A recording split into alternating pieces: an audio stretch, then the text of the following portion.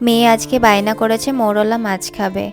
আর আজকে শনিবার, আমি শনিবার ভেজ খাই, কিন্তু আজকে আমার খাওয়া হয়নি, যেহেতু ধোসাটা বেঁচে গেছিলো ওটা খেতে হবে, সেই জন্য আজকে আমার নিরামিষ খাওয়া হলো না। তো দেখো স্নান করে আমি পুজোটা করে নিলাম আগে, তারপর অনেক টায়ার্ড হয়ে গেছিলাম, সেই জন্য আমি একটু আম পান্না খেয়ে নিলাম। এবার তো গরম আসছে, এটা বেশ টেস্টি লাগলো খেতে, বেশ টক টক লাগছিল, দারুণ লাগছিল খেতে। তো আমি বসে একটু খেলাম, বসতে পাইনি 5 মিনিট বসে, তারপর নিজের জন্য আবার ব্রেকফাস্ট বানিয়ে আমি খেতে বসলাম।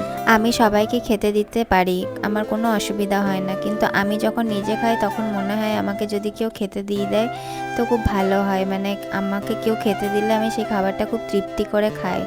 তো যাই হোক, সেরকম তো হয়নি, এখন মৌমি বড় হয়নি আর মাও নেই কাছে, তো কিছু করার নেই, নিজেকেই করে নিতে হয় সমস্ত কিছুটা।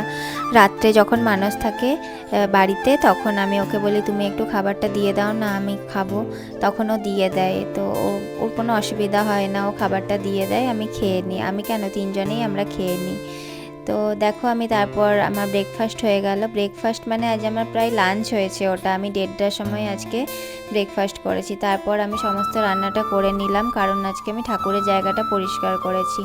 তারপর পোস্তটা হয়ে গেল ওইদিকে, তারপর আমি মোরলা মাছগুলো ভালো করে প্রথমে নুন দিয়ে কিছুক্ষণ ভিজিয়ে রেখেছিলাম, তারপর ভালো করে ধুয়ে ওটাকে এবার আমি বানিয়ে নেব, মানে এবার প্রথমে ফ্রাই করব, তারপর মৌরলা মাছের টকটা বানিয়ে নেব, তেঁতুল দিয়ে একটু টক বানিয়েছিলাম। মৌরলা মাছ আমিও অত পছন্দ করি না, মানুষ তো একদমই খায় না, এটা মৌমির জন্যই আনা হয়েছে, ও খাবো খাবো করে জেদ করছিল, সেই জন্যই আনা হলো আর কি।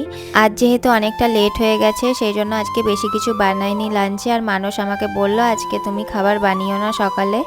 আমি বললাম ঠিক আছে, তাহলে তুমি ধোসা খেয়ে চলে যাবে অফিস, তারপর আমি আমার মতো বানিয়ে নেব। তারপর দেখো, আমি খাবারটা কমপ্লিট করে, মানে রান্নাটা কমপ্লিট করে আমি মৌমিকে একটু বসালাম পড়াতে, তখন 3টে বাজছিল।